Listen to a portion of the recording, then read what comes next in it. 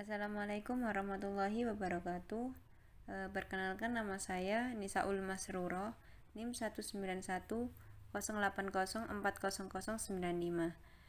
Di sini saya akan menjelaskan materi mengenai akuntansi rumah sakit. Sebelumnya saya akan menjelaskan mengenai pengertian akuntansi rumah sakit. Akuntansi rumah sakit adalah sistem akuntansi yang mengakumulasi, mengkomunikasi, dan menginterpretasi data ekonomi historis serta perkiraan yang berguna untuk memastikan posisi keuangan dan hasil operasi rumah sakit. Struktur pendanaan ini dibagi menjadi dua. Yang pertama ada dana terikat. Maksud dari dana terikat sendiri adalah dana yang penggunaannya dibatasi tujuan tertentu seperti permintaan pihak eksternal. Dana terikat terbagi atas dana terikat sementara waktu yang berarti bersifat sementara dan dana terikat permanen dengan batasan yang sifatnya permanen.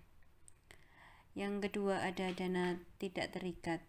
Dana tidak terikat yaitu dana yang penggunaannya tidak dibatasi oleh tujuan tertentu seperti dana umum di pemerintahan atau dana lancar tidak terikat dalam akuntansi universitas.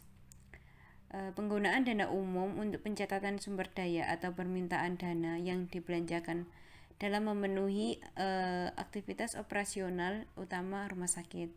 Dana umum juga dapat menentukan batasan penyisihan atas sumber daya tertentu. Batasan penyisihan tersebut merupakan inisiatif internal rumah sakit, sementara batasannya ditentukan oleh pihak eksternal rumah sakit sebagai sponsor. Struktur transaksi rumah sakit. Setelah terjadi peristiwa ekonomi atau transaksi, maka selanjutnya akan mengarah ke siklus pendapatan. Pemberian jasa pelayanan rumah sakit kepada pasien atau pihak lain dan penerimaan pembayaran pasien atau tagihan pihak lain. Kemudian ada siklus pengeluaran, yaitu pengadaan barang atau jasa dari pihak lain dan pelunasan utang dan kewajibannya. Kemudian ada siklus pelayanan, yaitu perubahan sumber daya rumah sakit menjadi jasa layanan rumah sakit. Yang terakhir ada siklus keuangan, pemerolehan dana, modal atau contohnya modal kerja yang berasal dari dana kas atau dana likuid lainnya dan sumber dana yang berjangka panjang. Setelah melalui keempat siklus tersebut, maka akan masuk ke dalam siklus laporan keuangan yang tidak dikaitkan dengan keempat siklus operasional sebagaimana yang telah disinggung sebelumnya. Siklus pelaporan keuangan mendapat dana operasional dan akuntansi yang berasal dari siklus lain dan memproses dana tersebut menjadi laporan keuangan sesuai dengan prinsip akuntansi pada umumnya. Manfaat akuntansi rumah sakit. Fungsi utama akuntansi di rumah sakit adalah sebagai sumber informasi yang diperlukan untuk pengambilan keputusan dalam pemecahan untuk keberhasilan pengembangan rumah sakit. Sistem akuntansi rumah sakit pemerintah ini bertujuan untuk memberikan pengadilan, pengendalian, dan pengawasan terhadap jalannya keuangan rumah sakit. Siklus akuntansi rumah sakit beserta contohnya. Di sini ada jurnal. Jurnal sendiri itu pencatatan setiap transaksi ekonomi yang terjadi di rumah sakit. Dari jurnal tersebut berisikan tentang yang pertama ada tanggal transaksi, yang kedua ada nama akun dan jumlahnya yang harus didebet dan dikredit. Yang ketiga ada keterangan atas transaksi, dan yang terakhir ada pencatatan debet dicatat di sisi kanan dan pencatatan kredit di sisi kiri. Contoh dari jurnal akuntansi rumah sakit. Ada dua transaksi pada tanggal 5 Juni 2020 terjadi pembelian barang farmasi secara tunai sebesar 1 juta rupiah, dan pada tanggal 7 Juni 2020 dicatat pendapatan dari pasien umum berdasarkan formulir kwitansi yang diperoleh dari kasir, maka rinciannya yaitu biaya pendaftaran itu sebesar 20.000, biaya pemeriksaan dan tindakan sebesar Rp50.000, biaya obat Rp70.000 dengan harga pokok obat Rp60.000. Maka dicatat sebagai berikut. Yang pertama ada jurnal umum. Di tanggal 5 Juni terdapat persediaan barang farmasi di debit Rp1.000.000 dan kas di kredit Rp1.000.000.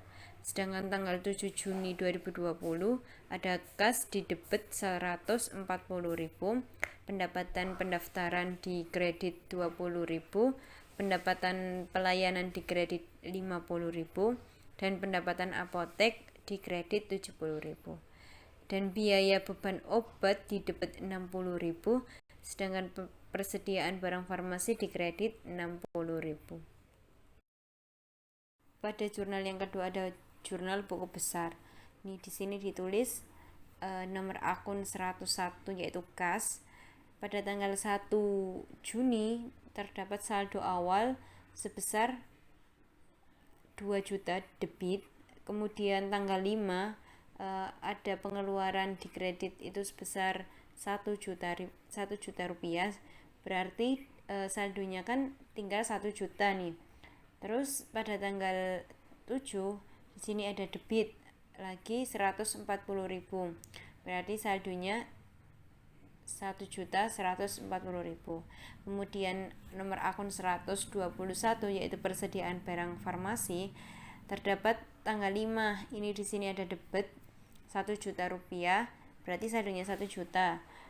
Terus kemudian tanggal 7 Juni di kredit ada 60.000, berarti tinggal 940.000 rupiah.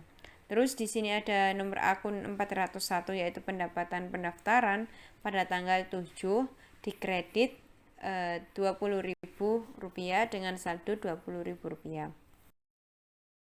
Kemudian ada nomor akun 402 yaitu pendapatan pelayanan pada tanggal 7 di kredit ada Rp50.000 dengan saldo Rp50.000. Kemudian akun 403 yaitu pendapatan apotik, di tanggal 7 ada debit Rp70.000 dengan saldo Rp70.000. Kemudian ada akun 501 yaitu biaya dan beban obat. Di sini pada tanggal 7 itu ada Rp60.000 dengan saldo Rp60.000. Sedangkan pencatatan raca saldo di kas debit Rp400.000, piutang pelayanan di debit Rp100.000, persediaan barang farmasi di debit Rp940.000, peralatan rumah tangga di debit sebesar Rp200.000.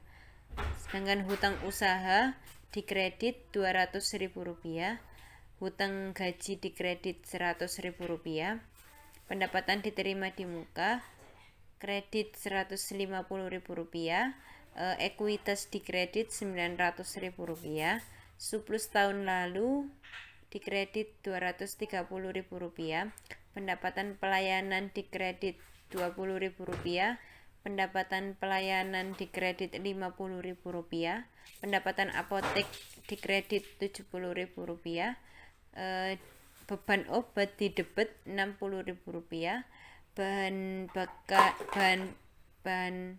beban bahan habis pakai di debit Rp20.000. Berarti jumlah total di debit itu Rp1.720.000 dan di kredit Rp1.720.000. Di sini ada jurnal penyesuaian, ada 2. Yang pertama yaitu prepare expense. Nah, pada tanggal 5 Mei terdapat transaksi asuransi dibayar di muka di debit sebesar 1 juta rupiah dan kas di kredit 1 juta rupiah. Yang kemudian pada tanggal 31 bulan Mei terdapat jurnal penyesuaian yaitu beban asuransi di debit 100.000 dan asuransi dibayar di muka di kredit 100.000. Yang kedua ada unearned revenue. Pada tanggal 5 Mei terdapat transaksi kas di debit 2 juta dan pendapatan diterima di muka dikredit 2 juta. Kemudian tanggal 5 Mei 2020 terdapat jurnal penyesuaian pendapatan diterima di muka sebesar 1 juta rupiah dan pendapatan pelayanan dikredit 1 juta rupiah.